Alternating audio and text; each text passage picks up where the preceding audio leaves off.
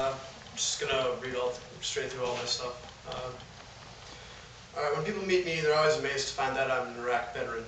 I find it hard to believe myself. It's almost like it almost doesn't feel real. Like it was a strange dream I had a few nights ago. You remember it happening, but you don't know how it was possible. Or perhaps the memories aren't your own. Like it happened to someone else's stories. How the memories are too vivid. You see something on TV in Iraq, like soldiers in the streets, and you can still smell it. The smell of houses in the streets, feeling the sand blowing in your face, and the mixture of mud and animal feces under your boots. I can still see the faces of the Iraqis, how terrified they were of me when they kicked in the doors and stormed their houses.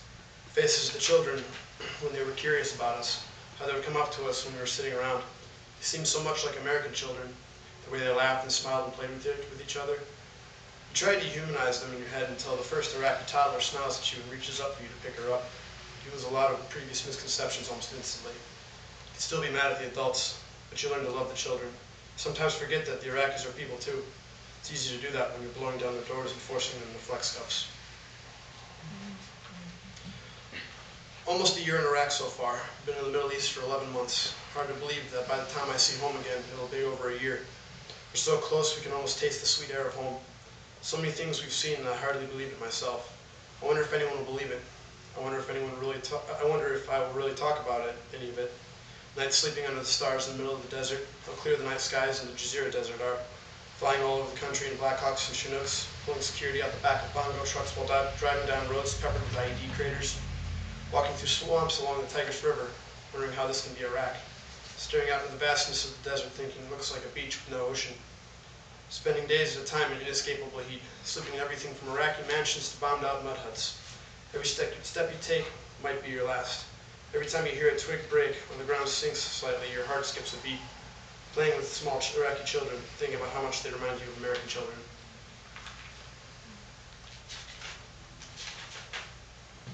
Sleepless nights in a sea of dust. Things to look forward to and things to fear. The boy sees the man and what he can't do. The man sees the boy and aches knowing what he must do. Sad to know how short life really is and how easily it's taken away. So much to do in so little time. How quickly time passes us. The call comes, third platoon to respond. Suspicious personnel detained. Crime, driving with car parts crammed in the back of their bongo truck. Load up, mount up, lock and load. Platoon sergeant hands me a pistol, small 9mm Beretta, says if he fucks around, blow his brains out. 4 detainees in total, 1 for each truck. They lead our detainee to our truck. I'm ready to kill if need be. He's loaded into our truck, front seat, me behind him. I grab hold of his shirt and point the gun to the back of his head, ready to squeeze the trigger. He's trembling, he starts to sob, terrified of me. Sweat pouring down his neck. He turns around and I see his face. My heart skips a beat. See how young he is, less than 17, younger than my little brother back home. I'm ashamed. I try to calm him down. Salam, salam, peace, peace.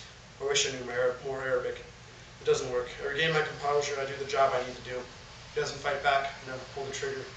We turn the detainees over, lock up the trucks, lay down in my bed and dream of home. Wishing I wonder what my family would think, knowing I was ready to kill. Palm trees aren't always in paradise. There are places where palm groves hold death in the form of pressure plates and crushed wire bombs. You walk through the fields of the land that many call holy with nothing but your rifle and your body armor. It isn't always enough. You knock on the door that explodes. The valley of the shadow of death bears many crosses.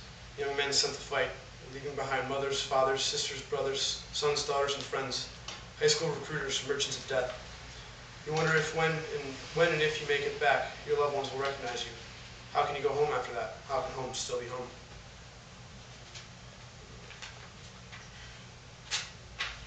And this last thing I'm going to read is actually early in my deployment, 2 of my best friends were killed in an IED attack. So my buddy Ben, his wife asked me to write a little eulogy to be read at his funeral by a bunch of other soldiers.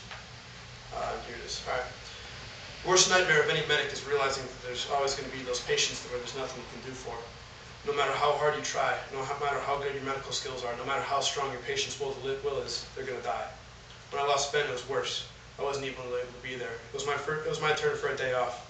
They had another medic from the aid station covering for me. I felt confident because he was one of the most experienced medics in the squadron. I helped him get the trucks ready and told him to stay safe and watch them roll off the gate.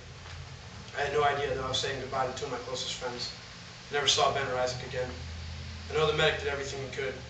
Every time we do our jobs, we do it with tears in our eyes and our hearts in our throats. I knew Ben for a long time. He came to the platoon shortly after me and was my driver for my truck for a long time before he was moved to the gun of another truck. They wanted him to have more leadership experience. He's one of the best soldiers we ever had. He was one of my best friends in the platoon.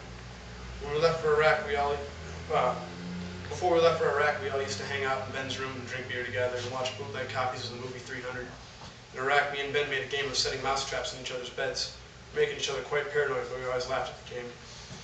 When we deployed, we all knew that there was a possibility that some of us might not come back, but there's nothing that can prepare you for when it actually happens.